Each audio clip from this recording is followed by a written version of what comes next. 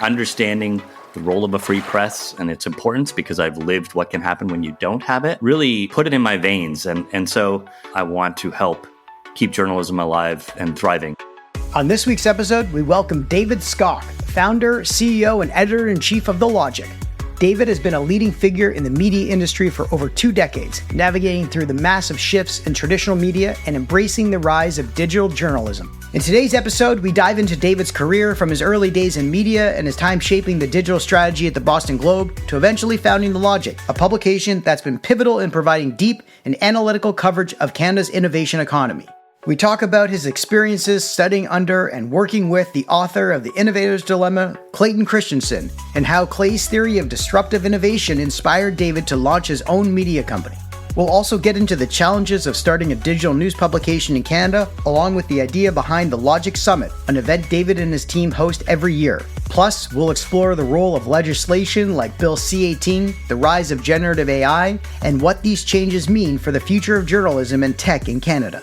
Finally, David shares his insights into how The Logic has grown, including its recent $4 million financing round with FT Ventures, and his thoughts on what the future holds for journalism, tech, and the Canadian innovation ecosystem.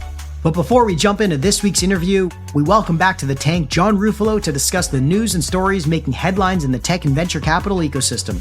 Welcome back to the tank, John. How you been? Great, Matt. You got vest season upon you, and it looks like everything is rock and rolling for you on your side at Mavericks. But, talking about people who are rocking and rolling, we got to talk about the incredible world we are living in right now. And obviously the accomplishments of Elon Musk over the last few weeks. As the meme has been going around, hold my beer, what did you accomplish last week?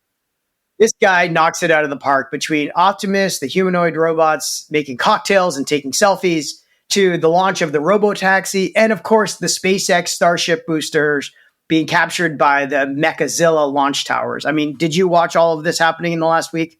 I couldn't believe I had to watch the SpaceX rocket landing about 20 times over again and watch how, I guess they called it the chopsticks. It was remarkable. And to me, the whole idea, space exploration really is back again after a very long hiatus. And that, I think we're going to look back at that date going, oh my God, here we go. What's the possibilities now? Yeah, this was not AI. This was absolutely real. This was an idea that, Elon and his engineering team came up with a while ago and executed on. And there was still a bunch of people in the media shitposting on him. There's a bunch of people in California trying to stop him from doing what he's doing. Yet Gavin Newsom takes credit for what he's accomplished in California. There's just so much to talk about. But I think what's so amazing about the milestone with SpaceX is that during this 5th test flight of Starship, it was the first time that the rocket's lower section, known as the Super Heavy booster, was successfully caught by a giant pair of mechanical arms, basically upon its return back to the launch pad in Texas. This is the first time that this has ever happened. And now you have a fully reusable and rapidly deployable rocket system. It's unbelievable how they were able to get this done. And so I think what you were saying is our kids are going to see life on Mars is basically what we're actually living through right now. And it's just the first stages of it. So kudos to that gentleman and everything he's accomplished. Swinging things back to Canada for a sec, a venture fund that you and I both know well, it's been in the ecosystem for quite some time. Information Venture Partners, IVP, a Toronto-based venture capital firm, decided to forego the raise of their 4th venture fund after a decade of being venture capitalists as IVP, and also 3 funds being raised. So the 2 co-founders and general partners, Rob Antoniadis and Dave Unsworth, say that the market conditions and personal circumstances are the reasons why they decided to pull out of raising their 4th fund. This is obviously in conjunction with what we're seeing in the industry retrenching, a lot of GPs switching sides, and people just having retirement considerations earlier than expected. For the audience to understand, IVP had closed 3 funds. First, there was a $100 million fund in 2014, which included the buyout of the RBC Ventures portfolio, where they previously managed that book of business. This is obviously something that post the global financial crisis was something RBC didn't want to be a part of. And so they kind of gave up the portfolio to IVP to manage. And then they raised a second fund in 2016, which was another just over $100 million fund. And then their third fund, which was the most recent one, was 124 million in 2019. So now the partners have said that they're deciding on focusing on some SPV style investing, so special purpose vehicle one-offs. What are your thoughts on this decision here? And how do you think the idea to go from running a fund to being an SPV investor is going to impact companies working with them, potential LP relationships? Because what we're seeing in the later stage market is there is a lot of SPV investing, especially in some of these biggest AI rounds. Yeah. Like Khosla as an example in OpenAI, it was probably the most talked about. And Menlo and Anthropic as well. Yeah. There's a few things at play kind of on a macro basis, and you're seeing it happen in the United States as well. Massive consolidation of funds that's going on, or reduction of funds. So many funds cannot raise any further capital. And, Matt, you and I have talked about this prediction, frankly, a couple of years ago. You're going to see this barbell effect. You're going to see the very, very large funds just getting bigger, and you have a menu of themes or investment themes that you can choose from. And then you're going to have, at the other extreme, very narrow niche funds that are smaller, that are far more focused, and kind of in between, you kind of get caught. The impact in Canada is not going to be as great, only because our starting points are so different. We just didn't have as many funds. But on a percentage basis, it's very, very similar. So as LPs continue to consolidate their positions and in some cases retrench, we will have a much more difficult fundraising environment. Very commonly, you start off this way. So there are many, we call them in the industry, pledge funds. What it is, you do a deal and then you go out to a whole bunch of investors and say, hey, do you want in? That's typically how you get started to become a fund manager. Now, going the other way is not as common, of course. There's pros and cons. The pro to the investor is you get what's called deal by deal carry, meaning that if your one investment does great, you get to participate in the upside of the profit. If you have a second investment that shits the bed, you don't net the two. Whereas in the fund, you net them. So that benefits the investor, not the GP or the fund manager more, less so on the investor. Now, the challenge, though, is if you are in a competitive position for an interesting opportunity, but you don't have the capital in your fund, your ability to compete, generally speaking, is very much muted, because one of the biggest things are when you're negotiating, that person on the other side is going to say, hey, you better have that money right now. I don't need for you to wait 90 days to figure out if you have the money. So the type of deals that you do in this sort of environment, I would say, tends to be the more niche deals where the competition isn't as great. Yeah, absolutely. I would say there's definitely a lot of moving parts in the SPV model. You and I have both done them in the past, and I'd say that, running a fund obviously gives you a lot more credibility when you sign a term sheet that you're going to be able to close that deal. An SPV has a bit of a chicken and egg situation to it, and the best way to augment that is by having either personal wealth yourself to become the anchor investor in that SPV and then let other people pile on, or you have one large institutional backer that is always going to be there supporting you on an SPV that you put together. And that can carry a lot of the weight among the competition as well. The other thing, though, I'm wondering your take on, John, is that do you think GPs who have maybe made more wealth over the last decade or so, realizing that, signing up for another 10 to 15-year fund life is just not really in the cards for them, maybe if they're, in their early 50s or something, and they don't want to be doing that. Plus, the duration of SPVs are a lot shorter. Are we going to see a lot of the last generation of GPs can switch to this model? Not because of the market, just because of the personal circumstances. I'm not really sure. I mean, if you're going to retire and you use your own balance sheet to make those investments. But if you are a single asset manager or you're a fund, I mean, you have the same obligation to your investor at the end of the day.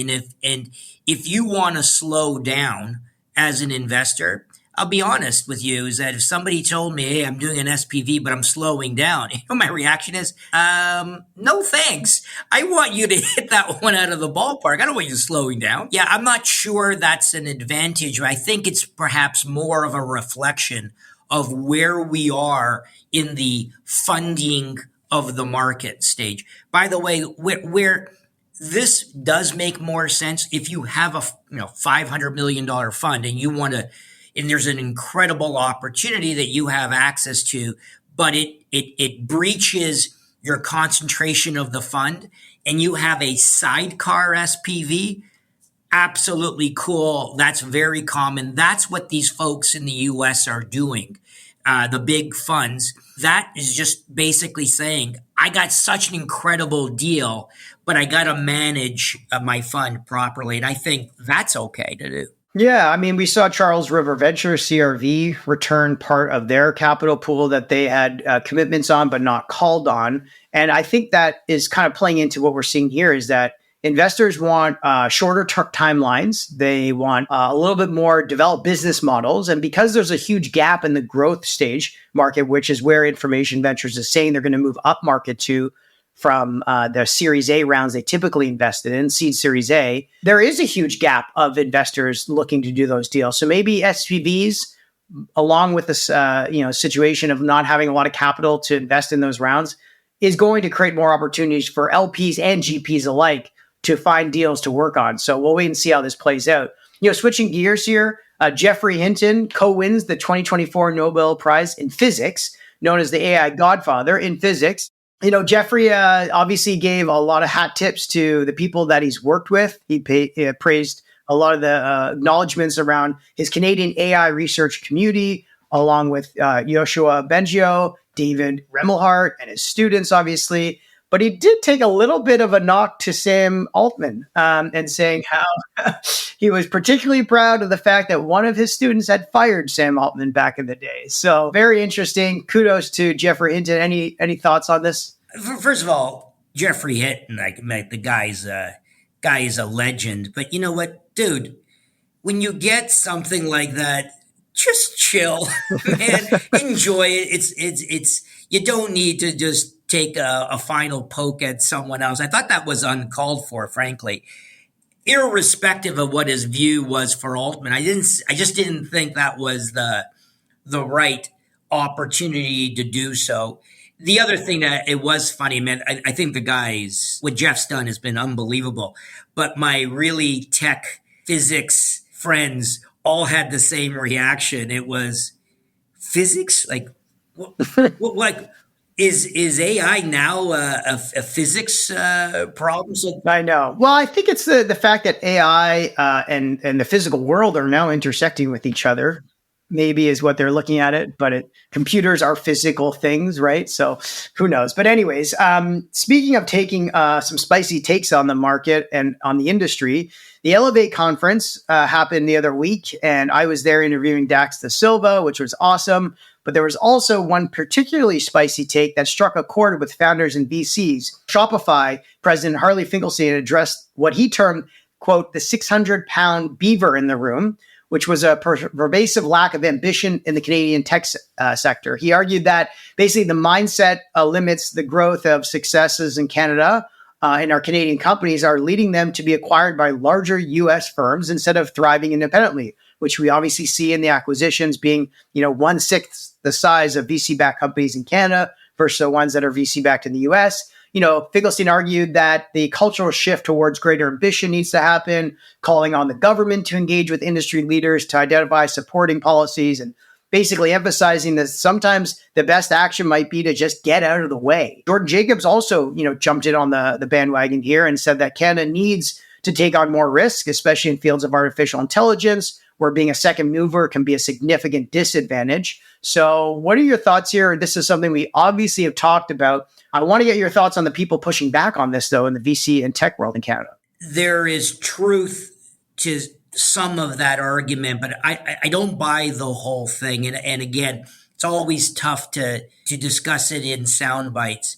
the negative replies to Harley was really focused in on, and this is where I kind of agree with the negative replies.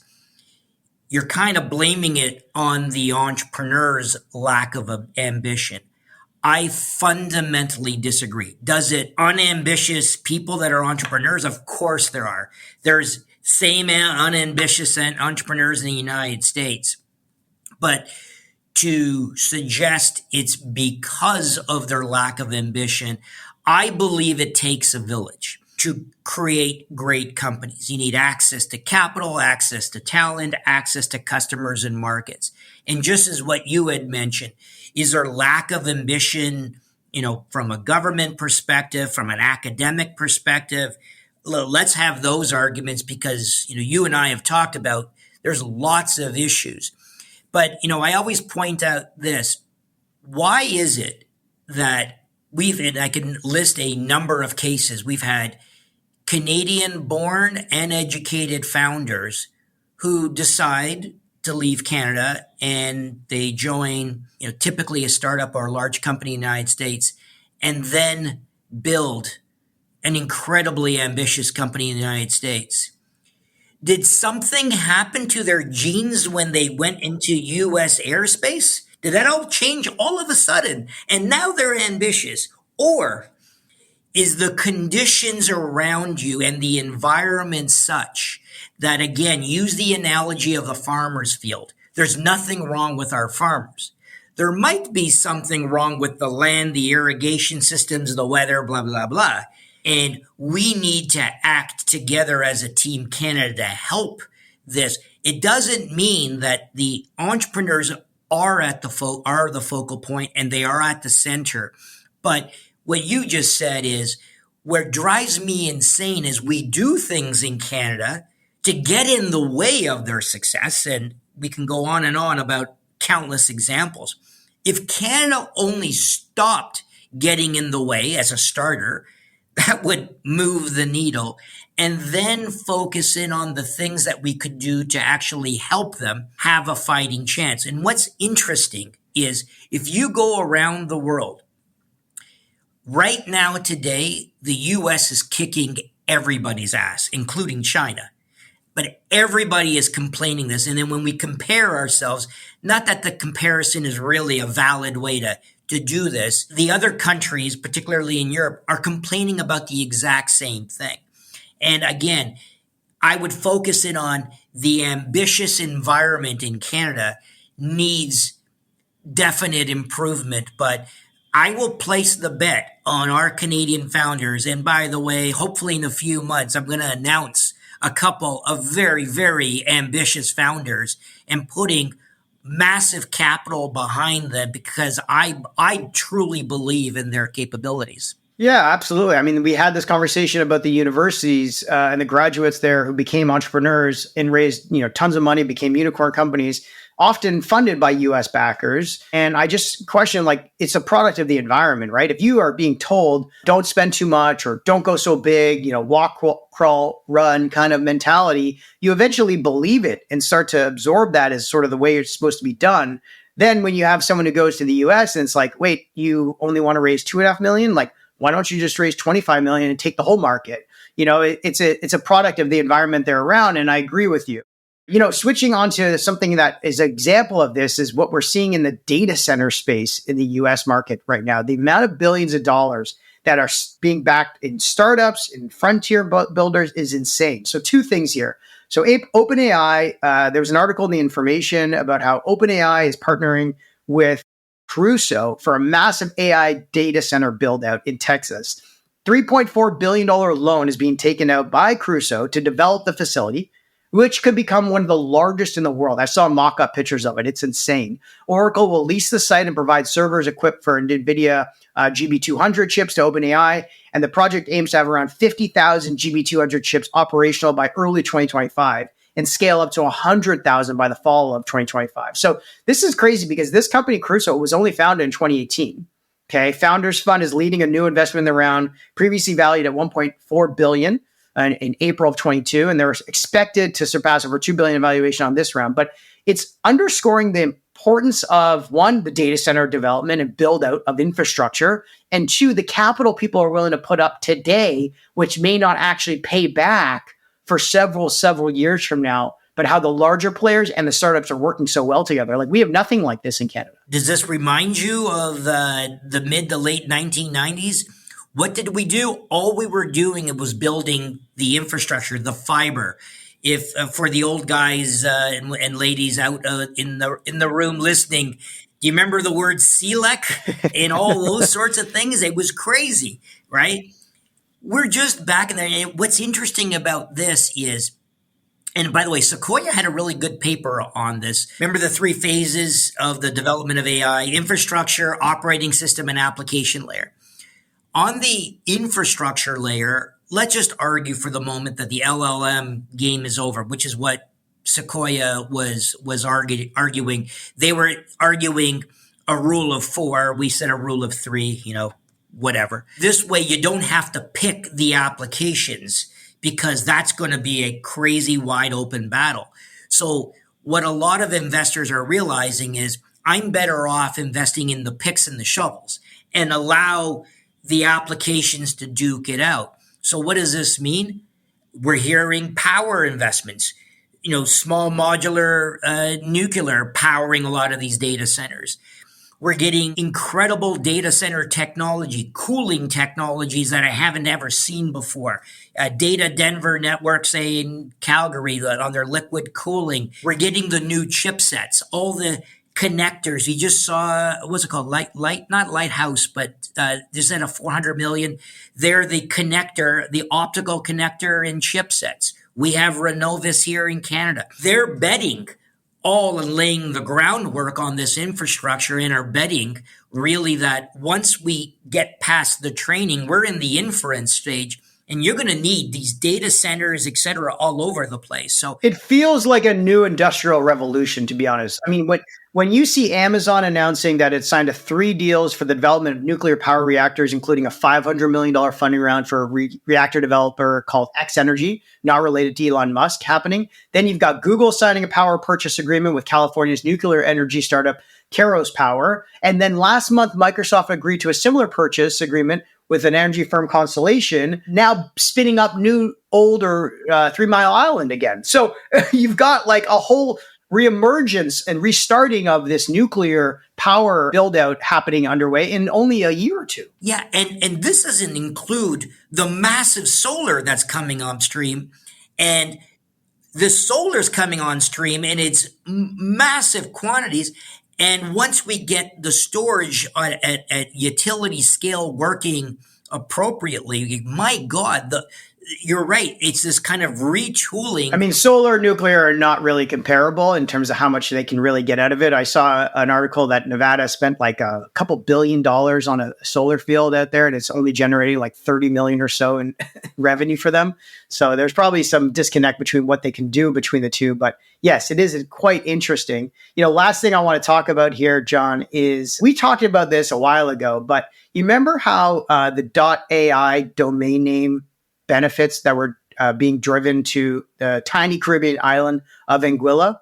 Well, the Globe and Mail had an article about this recently. They got some of the data on it. So the .ai internet domain name was assigned to Anguilla in the 90s, okay? And guess how many .ai web addresses they've received or they have currently registered in the country? No idea. Over 550,000. Wow.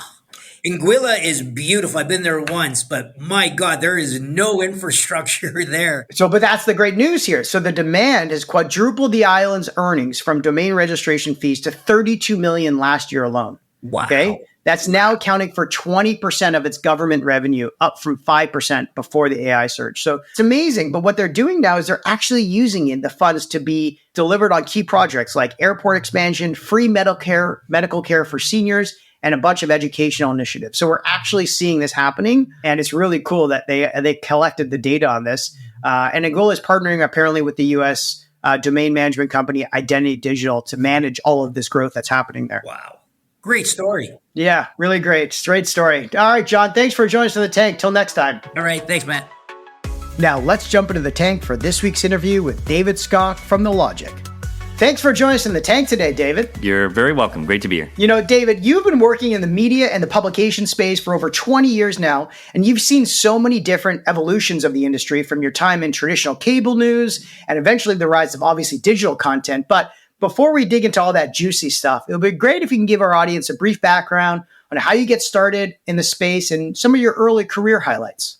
Yeah, and it's actually been 25 years, not that I'm counting, but everybody else around me seems to be getting younger, so it's hard not to keep track of these things. I was actually born in South Africa and immigrated to Canada in 1988. When I was making the move, I was only 10 years old, but I vividly recall on our way to Canada, stopping off in London, England, and there was a concert happening at Wembley Stadium for Nelson Mandela. It was his 75th birthday party.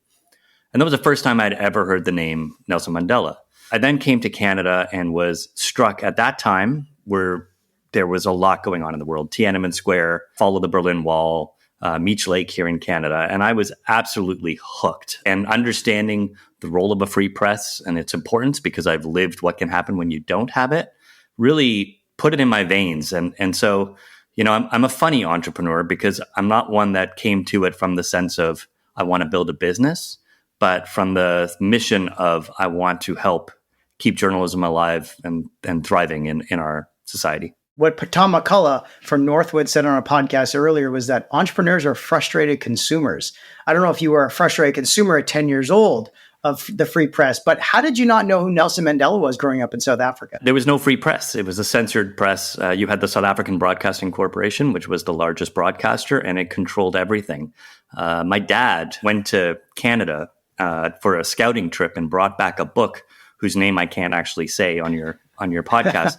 Wow. That book was banned at the airport. When you know what it's like to live in a country that doesn't allow for journalism to thrive, you see its effects. And so, yeah, I hadn't heard the name Mandela or Desmond Tutu for that matter until I came here. And it's interesting because Canada and Brian Mulroney had a pretty strong relationship with Nelson Mandela, which I'm sure you learned about later on. But, you know, you moved into Canada, you spent your early years here, and then you ended up joining one of the most iconic news organizations in the world as a managing editor and vice president. What was your time like at the Boston Globe, and how did it shape you as an editor or a manager working in such a hot space? Yeah, that was a lot later. So just to kind of compress the timeline, so studied and lived and worked in Canada, then had the opportunity to do an internship at ABC News Nightline in Washington, D.C., came back to Canada and started at Global News, worked at Global first as a broadcast producer and then as a digital producer, founding the website that now exists, Globalnews.ca. I did that for about 10 years and then went back to the US. Yeah, the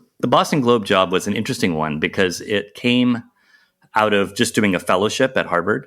And I had gotten to know a gentleman by the name of Marty Baron, who subsequently went on to the editor of the Washington Post and was in the Spotlight movie, that is now Oscar award-winning movie. And Marty was leaving the Globe and needed names. And the new editor, a gentleman by the name of Brian McGrory, who world-class editor, was looking for people to come and help transition the Boston Globe to be a more digital-first organization. And I was one of the names that they reached out to. In fact, the first email I got from them was on my wedding day. A couple of months later, my wife and I moved to Boston. It was an interesting place to work because, Boston, if you think about it, those people are most familiar with it because of its sports teams. It's not a city that you would think would be welcoming to an outsider, but they were very gracious with me and understood, incredibly innovative organization, even at its size, understood that there was no future if they weren't able to transition from an advertiser-driven product moving over to a subscription-based product. And so we had what was Boston.com, which was a heavy programmatic advertising, very much a Web 2.0 Huffington Post-like product. That was their main website. We migrated over to Globe.com, which was a subscription-based site, when nobody thought you would actually have the audacity to pay for journalism. And it was a success. And I'm very proud of the fact that if you look at the Globe today, it is one of those shining lights of a city-based newspaper that was able to make the transition to digital and is profitable today. Incredibly proud of that. And the team there was remarkable and kind of took that and learned from it along the way. Now, I remember that. Were they the first, or was the New York Times the first to do it? Who was the first to put up the paywalls? So the first to put it up was actually the Financial Times, which I'm sure we'll get to a little bit later in this pod. Financial Times did it first, and the Wall Street Journal was next, and then the New York Times, and then the Boston Globe. But what's interesting is that every phase of this, there's always the naysayers, right? Who say, well, they can do it because, Financial Times is only finance journalism and they'll get all their companies to pay for it. Wall Street Journal can do it because, well, they do business news, their company will pay for it. New York Times can do it because it's the New York Times. The Athletic was another one where people thought, oh, nobody will pay for sports.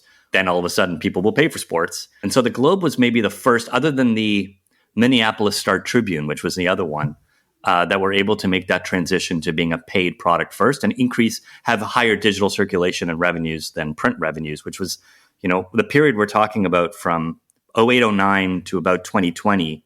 Every news organization across the globe was trying to cross that chasm from how do you get more revenue from your digital audience than from your print audience. Yeah, I remember that time. I was living in New York and there were a ton of naysayers out there, but I think it was also the accessibility and the consumption of digital content was much different than obviously it is today. I remember there was like an app called Flipboard or something that it would consolidate everything and you would get little snippets of it. It was like basically pre-Apple News. What did you learn though about digital content and how beyond subscriptions, consumers were changing the way that which they wanted to receive content and journalism during your time at the Globe? It really became more atomized. And I actually missed this. And one of the things we tried to do with The Logic was recreate it through our newsletter. But, it went from being, you would get the newspaper on your doorstep. From cover to cover, you would scroll through. Maybe your mom took the business section and your dad took the sports section and you ran and took the comics and somebody else took the bridge column somewhere else. But, to use the disruption theory, which I'm obsessed with, we kind of overshot the needs of our consumer by creating this very bulky, large thing that people would feel guilty at the end of the day putting out in their recycling bin. What was so interesting about digital is it atomized the product so that individual articles had to stand on their own merit. And I think what happened is that made the journalism higher quality because each one is judged on its own. That's also created a lot of problems because, for example, opinion sections, most people don't differentiate between what's a news article in the A section of a newspaper and what's an opinion article at the back end of a newspaper. But you used to be able to read everything that was on the front before you got to the opinion section. When social media came around and disaggregated all of it, all you were left with was atomized individual pieces of quote unquote content. And so it was harder to decipher, well, this is opinion. This isn't original reporting. And I think that's actually been detrimental. But on the flip side, where it's been advantageous is knowing our readers, knowing what they want, knowing how long they're spending on our journalism. I've always been a firm believer, and I think the metrics have validated, that people do seek out quality. They do want higher quality journalism and will pay for that higher quality journalism.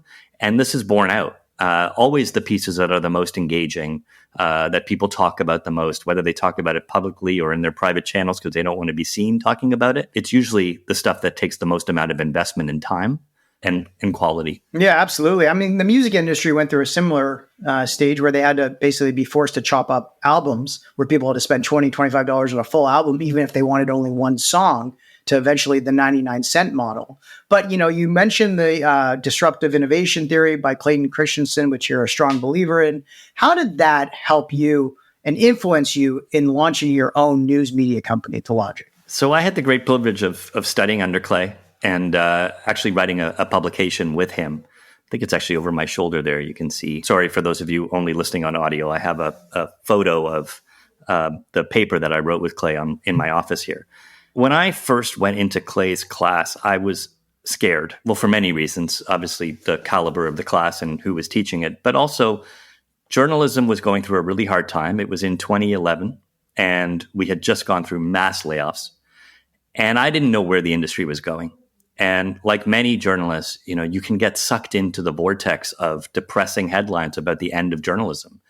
And what Clay really did, the best gift he gave me was he allowed me to see through disruption theory that we were just in a cycle. We were moving up market, and as a result, the needs of the consumer were being overshot, but that there were always going to be things at the bottom of the market that would come in and ultimately move up market and take on the next phase. As with all disruption as a result of technology, these things are ever moving. It's not just a status quo. And because he taught me that, I've been able to, I think, not predict where people are going, but understand that the state of where we are today, the state of play we're in at this moment, isn't what it's going to be in 5 years or 10 years' time. And so it's incumbent on you as a CEO, as an executive, to always be seeing what's coming down market, or where are we on this curve, and what's going to come and replace us moving down the road. That's been the gift, because I think it's given me a sense of maybe a framework or a compass through which to view this immense disruption. And I do think journalism has been at the tip of the spear of this disruption period. It was the first thing to really be heavily disrupted as a result of the internet. Others are going through it now. You're seeing it with cable, for example, right now. You're going to see it again with AI in all of these different areas. But because we've been through it, I think, and continue to go through it, I think the frameworks that Clay taught me are the real gift that I've tried to carry forward. And if you were to break down those frameworks for maybe a first-time founder now, what would be like the 2 or 3 things they should think about, where it's ignoring the naysayers, rolling with the punches, accepting and embracing the change, and focusing maybe on a few things and not getting distracted too early or too quickly? What are those disruptive things that you were taught? Well, the first thing I would ask is, where are you on this curve? Are you at the top of the market and trying to satisfy a luxury good audience that is already being overshot, or are you at the bottom of the market? And really, disruption theory the theory argues that depending on where you are in that curve, you have to address or face different realities. So where are you is number one. Number two would be, what is your culture? Clay has a theory called the RPP model, and that's really about determining what makes a company culture. And a company culture isn't defined by some obtuse, ephemeral feeling. It is defined by the resources that you put in place and invest in, whether that's people or technology, the processes that you have. So how do you actually wake up every morning as an employee of the company and move the widget from A to B? And the priorities. What are the things that the executives of the company are rewarding, or sometimes what are they not rewarding? The priorities, the processes, and the resources that you devote to something define what makes your company culture. And whenever I think about us at The Logic, I'm constantly trying to interrogate all of those 3 things. And also for those of your listeners who, are dealing with maybe being acquired, it's really important to interrogate that too, because what is it that is being acquired? Is it the resources, the processes, or the priorities of the company? And as you look at being acquired, that integration of 2 companies, you can't just look at it as, we got a good product or they have a good product. It's, how do you make those 3 things really integrate? What are the needs of each business? And how do those 3 criteria work in? That's just some of it. I mean, there's a lot more. What a gift he was to the world. And I just feel so lucky that I learned some of those things. Yeah, unbelievable. I mean, I would have been scared shitless sitting in that class, but thank you for sharing all those pieces of advice that you learned under Clayton Christensen. Obviously, it led to you starting The Logic in 2018. What was that initial conversation like you had with some of your early supporters on the idea of The Logic? And how did it all culminate in those early supporters backing you?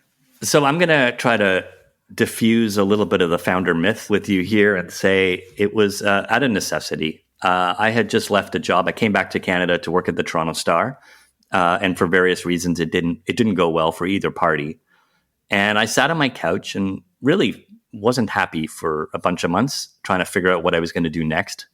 As you, I'm sure, can tell, I journalism is everything to me.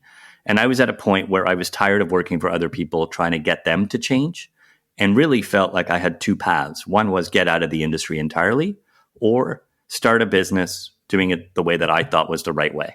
I wasn't ready to leave yet. And so The Logic came out of that. It also came out of my wife telling me to get off the couch. But that it wasn't this grand vision that I had for years that I wanted to, do anything. It was, I wasn't ready to give up on this passion. And I felt strongly that there was a time and place in Canada in that moment for something else.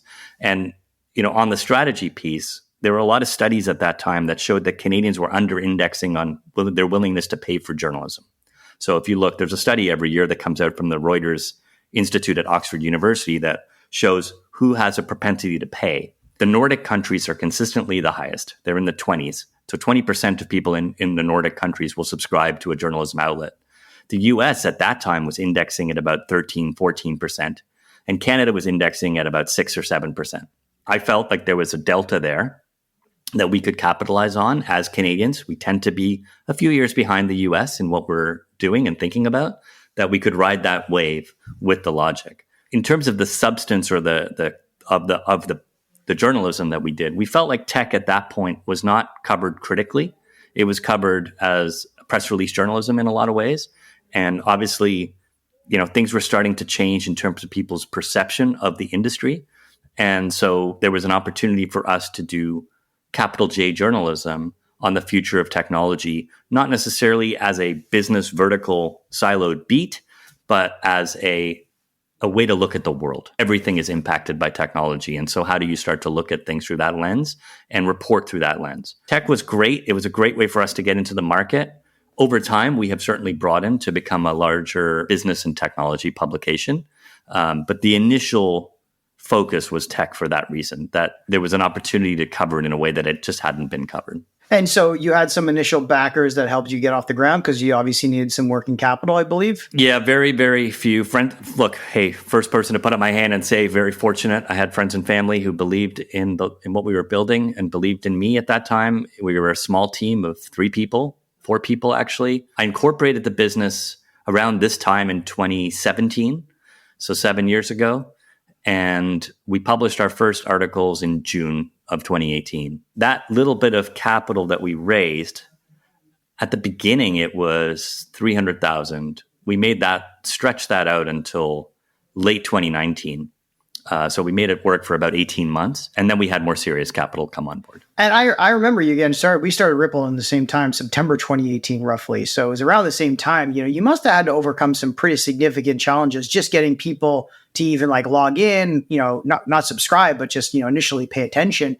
What were some of the biggest challenges and what was some of the biggest breaks you had in the stories you published that got people to convert? The first article that really identified us or put us on the map was Sidewalk Labs in downtown Toronto, which was, if people will remember, a major Google project that was trying to build out downtown by the Queen's Quay area, or sorry, not Queen's Quay, down by the Portlands area of Toronto. We were the first outlet to really look at that project and start to understand that it wasn't really about technology, it was about real estate. Through some very brave sources who didn't know us, didn't know what our journalism was going to be about, they started talking to us. And as a result, they really helped us break. I believe we broke 13 stories in the first 2 months on that particular file. That really gave us a bit of momentum. It was a defining moment for us to say, okay, this is a real thing. The way we try to look at it, and I still to this day look at it, is a news organization, in order to succeed, needs to be thinking about 3 pillars. Pillar 1 is your product strategy. So, we built everything at that time on a WordPress tech stack. It was an MVP product. With a bunch of different third-party platforms. But we had to think seriously and built it around conversion funnel as a subscription business. And we treated ourselves as a SaaS business, not as a media publication, which was unique in Canada at the time. Most of the others were at that point still digital advertising driven focused. The second thing we thought about was obviously the editorial. What are we covering? How are we covering it? What are the stories we need to tell? Because that's ultimately the brand building awareness that we needed. And then the third is business strategy. We made a decision early on that was a prescient position. Looking back on it, it may have been the most important decision at the time to our survival, which is we made the choice not to go to monthly subscriptions, but only annual. So if you subscribe to The Logic, you have to buy an annual subscription. That has slowed our growth dramatically, be the first to say it. But early on, it locked in the cash flow we needed from people for 12 months of revenue that we could accrue over the year, but guaranteed that we'd be around for 12 months. That's why we did it. But it turns out, and I knew this from the Boston Globe, 12-month subscriptions are a lot better. They churn a lot lower. If we had done monthly subscriptions, we would have been chasing our tail on a hamster wheel for within a month after launching. And so it gave us a little bit more of a non-dilutive capital to keep the thing going. I mean, you did it out of necessity. It makes perfect sense. Yeah, and you asked, what are the challenges? I'd say these challenges still remain. If you look at the Michael Porter 5 forces of business, the challenges are at every turn. Competitors, I think I underestimated the strong gravitational pull towards legacy or incumbency, not only in this space, but I think in Canada. I had come back to Canada from Boston, and I'm not going to say that I assumed we'd be feted or welcomed with a ticker tape parade, but it really, even to this day, the challenge is the ecosystem itself. Either they want you or they don't want you around, and it's unclear. So, for example, and we'll talk about it, I'm sure, but when we closed our Financial Times transaction, not a single Canadian news outlet picked up that story, but it was picked up globally in other international outlets. I think the competitiveness of the space surprised me at a time when I had assumed that creating more journalism jobs and creating a space for more journalists would be welcome. It has been and continues to be a fraught thing. The government relations part of this as well, I didn't understand looking back that to be a founder in Canada, you really have to have a GR arm in your brain and to navigate. I suspect it's the same if you're starting a fintech or starting any other kind of company. But the media space over the last 5 years in particular, there have been government policies at the provincial and federal level that have changed the nature of the competitive landscape. And if you aren't aware of that, you're going to miss out, and you have to be on top of that stuff. We are totally aware of it because we made an investment in a company called Page, with.page, which is basically creating a GR in your pocket because we knew how important GR and public relations was becoming for the everyday enterprise and business. Yeah. What's been really encouraging about all that, for me at least, is I think because we are living the startup life ourselves and all the challenges and opportunities that creates, I think it's made our journalism better because our reporters are also facing that. And it's not this esoteric or abstract idea of burn rate or, government policy and how it impacts you. We live it every day in our work. And so I hope that the lens and the questions we ask executives, startup leaders, investors like yourself reflect more the kind of questions that matter to you because we're living it too. I take great pride in that because I think it is unique in the market. From my own perspective, I've been learning like any other founder about how to navigate being a startup in the Canadian economy, just like all the others. I mean, the Logic briefing is a perfect example of that. Can you talk about the impact it's had on your readership and why you're considering it your signature product at the Logic? It's a front page of our newspaper. The Logic briefing is designed to, and for those who don't know, you can sign up for free today if you go to thelogic.co, but you enter your email address and you'll get the Logic briefing every day at around 4 p.m. It's a snapshot of the day's headlines and gives you a sense of what's happening in the world of business and technology. It's really important for us as a product because it is the beginning, middle, and end right there. I talked earlier about the internet atomizing everything into individual articles. The Logic briefing was and is a newsletter product designed to give you everything you need to know from start, middle, and end as a product. And we actually don't encourage you to click off. We don't need you to click off. You get it all there. And in a modern landscape, newsletters are now more common. But when we started doing them, it was a novel idea. The other thing I really love about it is our subject matter experts are the ones writing each briefing.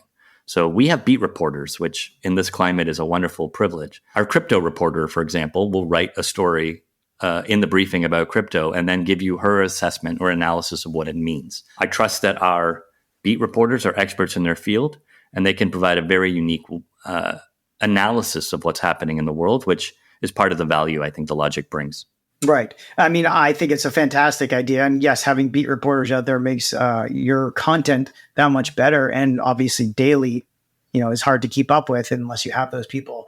But the other big thing that you guys have going for you is your impressive summit, the Logic Summit, which happened to coincide with Collision, I believe, last year in Toronto, coincidentally for sure. Can you tell us a bit about that project that you came up with? How it compares to some of the other events out there in Toronto and why it's such a hot ticket for tech folks in the city and what the plans are, I guess, for the future. Yeah, thank you for that. We're hard at work right now on our next summit, which is taking place on October 28th in Toronto. It is a chance for our subscribers to get together to celebrate independent journalism, but also celebrate each other and the types of readers that we have. I think, coming out of the pandemic, we saw tremendous growth in the pandemic, but our readers didn't know each other because it was all one-to-one in a dark room in your basement if you had COVID times. So the summit started as a way for our subscribers to see each other and to validate each other's decision. I think what we offer is a very unique product in the Canadian market. And I think there are a lot of people who, I know who they are, but they don't know who they are. Being able to get together and network with each other is a huge part of the value of the summit. This year, we're also, marquee names that we have lined up are Galen Weston from Loblaw, Tiff Macklem, the Bank of Canada governor, Isabelle Houdon, the head of BDC. Very proud of the names that we have coming this year. Who else? Mike Ketchen from Wealthsimple, Mike Murchison from Ada. This year's summit really is about Canada at a crossroads. You know, I just wrote a column this morning, a draft of a column that I sent in, which talked about the last 5 years in Canada. If you've been a startup founder or a CEO of a company, it's been a really challenging time. It started, predates the pandemic, and that we were all living through the ZERP phenomenon. It was a good time to be a founder. Raising money was easy. And then the pandemic hit. And we went into lockdown through an unpredictable period. And then supply chains got messed up. And then inflation hit and interest rates increased. Now you have 2 wars on global fronts, and you have a US election coming up, not to mention a Canadian election coming up. There's so much uncertainty, and has been uncertainty, that how do you, amidst all of that, how on earth do you begin to forecast your business for the next year, 2 years, 3 years? And so the summit is a great chance this year. With the speakers that we've lined up, we're hoping that we can have our attendees come away with a framework through how they can approach the next year at least. Because, man, I can tell you from my own experience, trying to forecast growth in this environment is insanely difficult. Yeah, I mean, I've heard amazing things about the summit, and I think it's probably one of the most sought after ones for people to go to in the Canadian tech ecosystem. So congrats on all the success you've had with it. But let's get into some more meatier topics of today. There's obviously the Bill C-18, the Online News Act happening, and its impact on big tech companies. We see what's happening in the US with Google being talked about, being split apart. What are your thoughts on Bill C-18, and what's its impact going to be on compensating journalism organizations? So I really try to have a nuanced view of all of this, because I've worked for quote unquote legacy incumbent players. I've been in leadership positions in those places, and I also run a startup. And I think that too often the conversations around these issues become binary very quickly. I'm a startup, I'm fighting against the evil big guys, or I'm the big guy trying to protect my turf against these startups who don't know what they're doing. We are all part of the same ecosystem. A healthy ecosystem requires new startups who can provide not only training and resourcing and future development for some of the big guys, but also push the big guys to be better. I think the logic, for example, has made other news outlets in this country better. By our mere existence, competition is healthy for everybody. And the civic outcome of journalism wins when you have healthy competition. That preamble is all to say that I think C-18 and the Online News Act in particular, it had a very distinct purpose. So just to take you back a couple of years, the tech platforms were signing licensing deals with the big players, giving them money to avert legislation. This was very clear that they had signed very large deals, and these deals were hampering the ability of some of the startups to grow, because they were competing. Every day we compete on talent, we compete on audiences, we compete on resources. And if the incumbents had this built-in advantage, it makes it very hard to compete or to win. I suspect a fintech would say the same thing about a large Canadian bank. So C-18 was actually supposed to level the playing field. That was its goal. Hey, what it was saying was, if you're Google or Meta, you don't get to pick your winners. If you're going to get into this business of signing contracts with some and not others, you got to sign with all. And so we were pro C-18 for that reason. I, as the publisher, not the organization, I should say the newsroom was entirely independent. I'm recused of all reporting on these topics. As publisher and founder of The Logic, I was very supportive of C-18 because I felt like we were being disadvantaged in the marketplace by the large players having these deals and us not having them. And I think that we'll still see if it comes out to anything. I think there's still a lot of gamesmanship going on and jockeying with the CRTC's ruling coming up soon.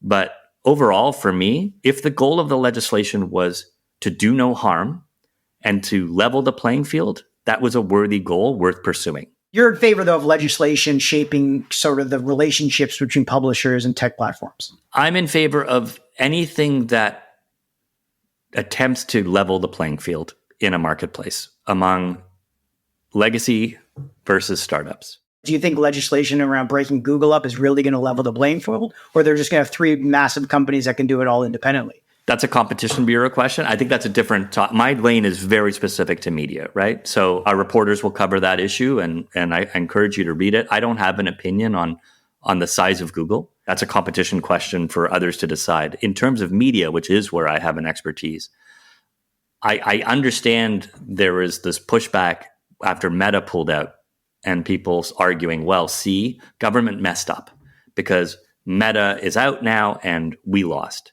I have two responses to that. Number one, if there's anything I've learned through the disruption of the media industry over the last 25 years, it's never build your business on top of somebody else's algorithm. That's number one. At The Logic, for example, we have a direct relationship with our readers. We don't rely on third-party platforms to distribute our journalism. And the second thing I would say is, if you look at what Meta's done around the world, C18 was not the catalyst for Meta getting out of news. Meta was getting out of news regardless.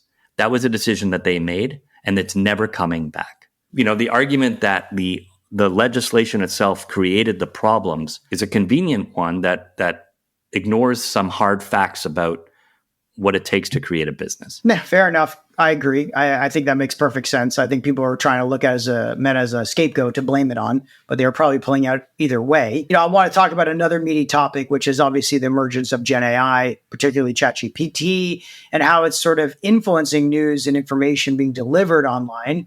What are your thoughts around sort of potential copy implications for Gen AI platforms leveraging, journalistic integrity, what you guys are creating in-house, and how do you incorporate it into your processes as a startup? Because you're wearing both hats. Yeah, obviously, I'm watching closely the copyright lawsuits that are taking place in the U.S., particularly the New York Times one, which I think is probably the most serious case that OpenAI is facing.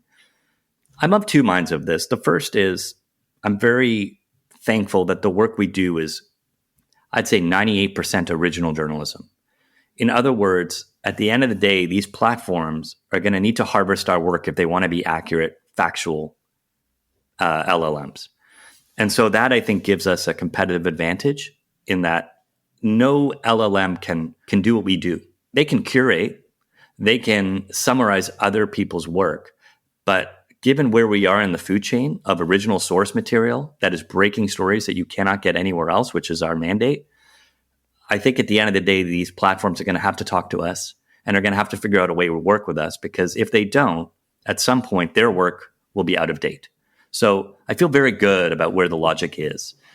In terms of the policy side of it, we're kind of seeing a repeat of what we saw with the licensing deals that were struck ahead of the Online News Act, where the platforms that are doing these LLMs are going around signing some deals with some publishers, usually big guys, and leaving out the little guys. I would caution, if you read the tea leaves on this is going to go one way unless there's a more blanketed attempt to reach more news organizations. So we have not had any conversations with any of the LLMs as of yet. I would encourage them to start having those conversations. We're open to it. We're open to working together to figure out ways that are in the best interest of their journalism and that can preserve the originality of our work as a first source material that they need. Does the logic contribute to Apple News? We do send some articles to Apple News, yes. Some, okay. And I'm assuming you're using it the same way the other paywall platforms are using it to sort of gain readership interest and then convert them offline. That's right. But to my original point earlier about not relying on your business on the back of somebody else's algorithm, we're very careful about who we syndicate to, what the terms of service are for that syndication, because what we've seen in some circles is some of these syndication relationships have been rewritten quietly to include LLM training. And we've obviously pushed back on that or reduced or removed those contracts if we don't see it. And we have blocked those from crawling us unless they pay for the privilege. Okay, last question on AI. Is anyone in Logic internally allowed to use any of these tools for their own day-to-day jobs? We're still crafting our policies on this. As a smaller shop, we have 30 people. You have to be judicious about your time and where you devote your resources. And there are some things where it's, okay, is this somewhere where we need to be at the front of the line? Or is this something that we can learn from others and then leapfrog them with our own policies? For this one, I think we've held back a bit, and we're letting people figure it out in the industry, in our newsroom. We'll put together a policy, but I would like it to be something that is a leapfrog policy. So people are welcome to use it. What we aren't doing is no stories. I can assure our readers, no stories are created with AI. We don't use it even for illustrations or artwork or headline creation. All of that is still human powered. I don't think we need to be the innovators in this beat. I think it's important for the industry norms and standards to formulate before we come up with our policies. No, it makes sense. I always want to make sure I get that out of the way, that no stories on the logic are written by AI. You heard it here first. All right, let's switch gears to the economic side of things, because you cover a lot of economics and government policy and tech and how they're all intertwined here. Obviously, we're going through an economic downturn. A lot of layoffs are happening in the tech sector. And there's this sort of feeling of like despair amongst like sort of the way that the government is viewing entrepreneurs and technology. How are you seeing entrepreneurs that you're speaking with? You're going to be having your summit shortly. Talk about the impact it's having and sort of the wave of companies either quietly, going under, or the emergence of a new set of tech leaders that are coming out of this downturn. And what are you seeing out there? Yeah, and I would say, I listen to your podcast, Matt, as well, and hear from the people that you talk to. I think people are frustrated. I think it's been a very hard time. As I said earlier, it's been one sucker punch after the other if you are running a business over the last 5 years, and people are feeling under siege. I think where I'm always maybe a contrarian, or as an editor, my job is not to prescribe the problem, but to observe it, is I think the compounding nature of all of these challenges leads people to want to offer a scapegoat or want to come up with someone or something that they can blame.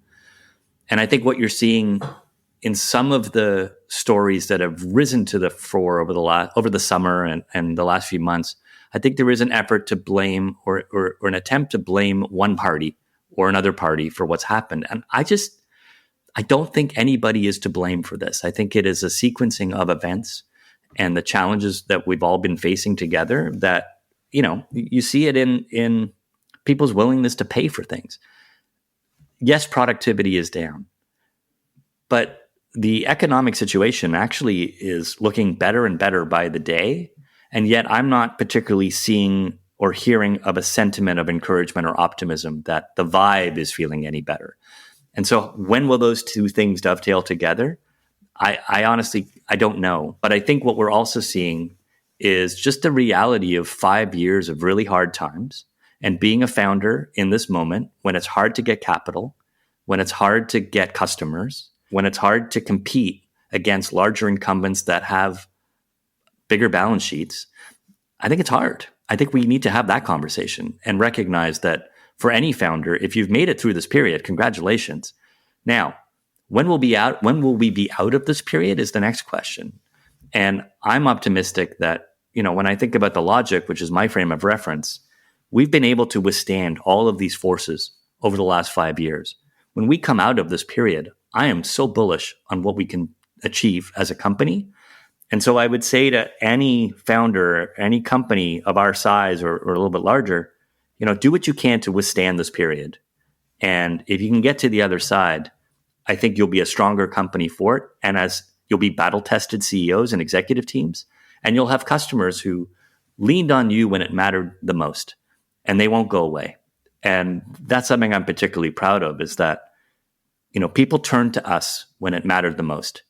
And now we need those people to champion us to their friends and tell others about the logic, because my hope is we'll be around for 150 years, and you're going to go through a bunch of these cycles in that process. Absolutely. I mean, you've been heads down building the logic for what now, 5-6 years almost? Almost 7. Almost 7 years. I mean, and now congratulations on announcing the most recent fundraising round this summer. Logic's $4 million fundraising round led by FT Ventures.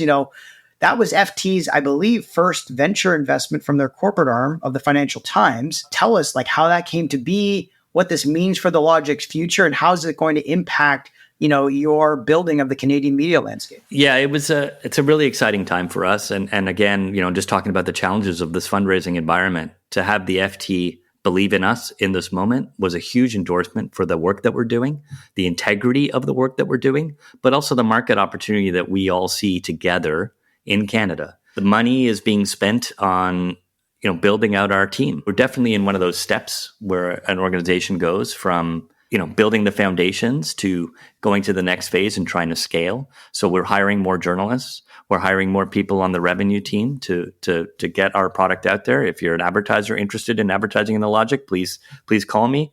And we're very excited about what it means for Canada, not just for the Logic, because this is a moment when Canada needs more high quality independent journalism. And we are now well positioned to do that. No, I mean, you've obviously seen the results, 60% increase in paid subscribers in the last 6 months, the 270% revenue growth over the past 3 years.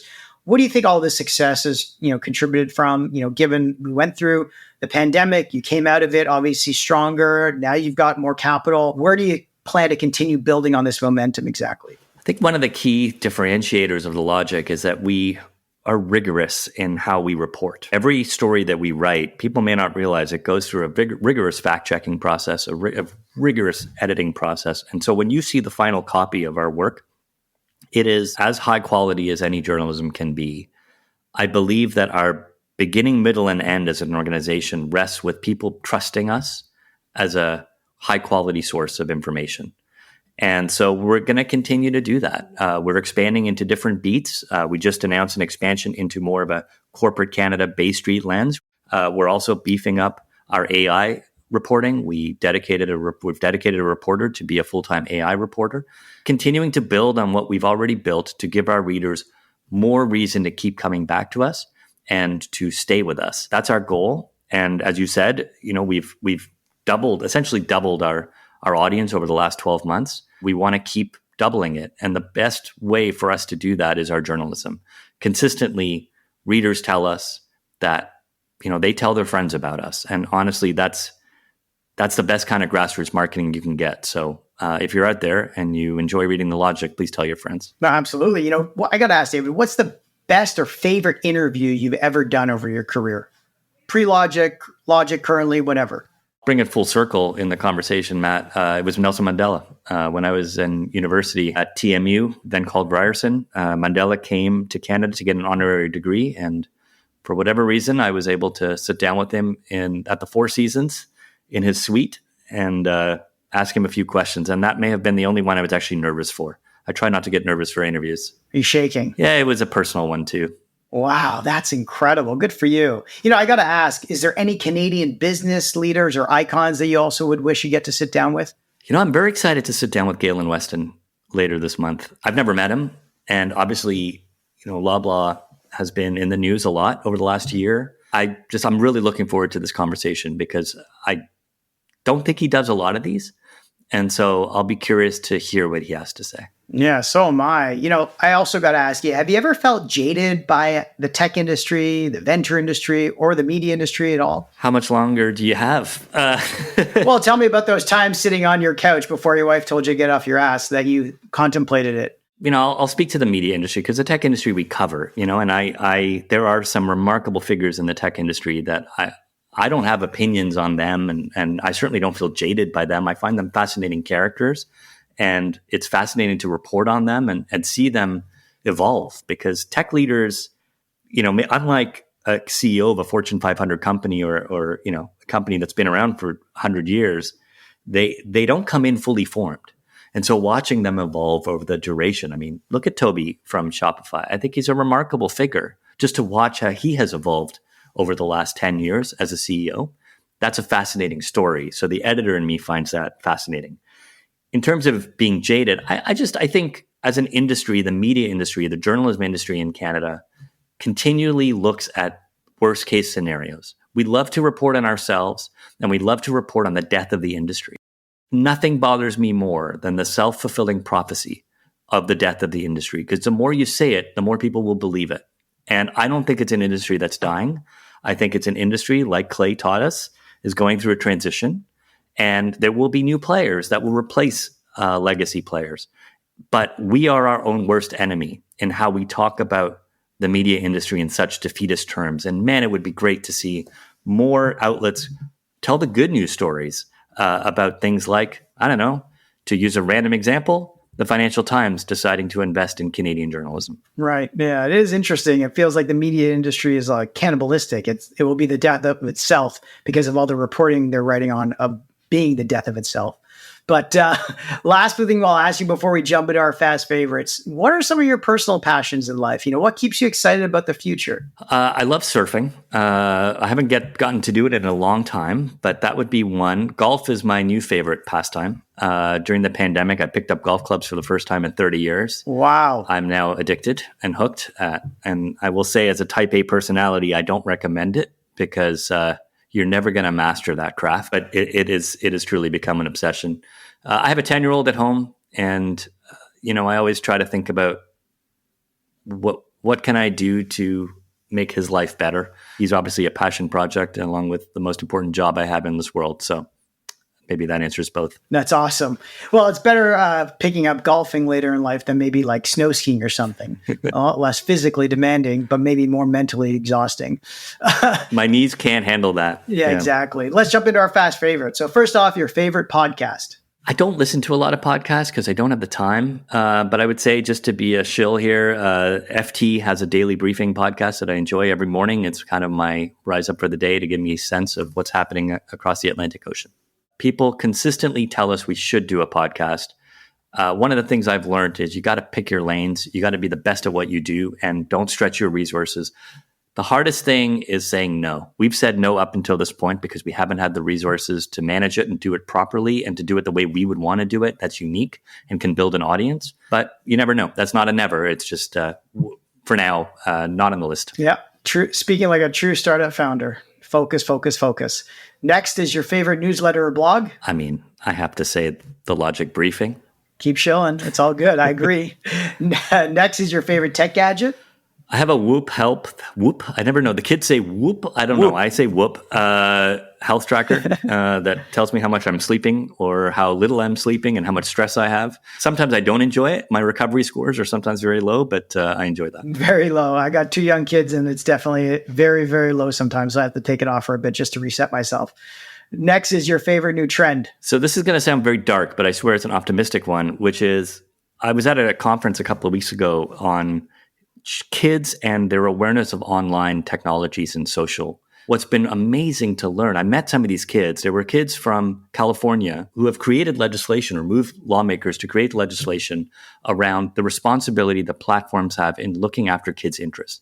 Kids are starting to wake up to the dangers of these technologies and the harms, along with the benefits. That's a great trend that kids are taking their own life into their hands. And I think we're going to see a generational shift of awareness that perhaps was missed for about a decade. Wow, that is fantastic to hear. I mean, if only the kids could wake up and say, you know what, maybe I don't need as much sugar in my diet as well. Let's cut back on that as well. But let's start with digital first for now.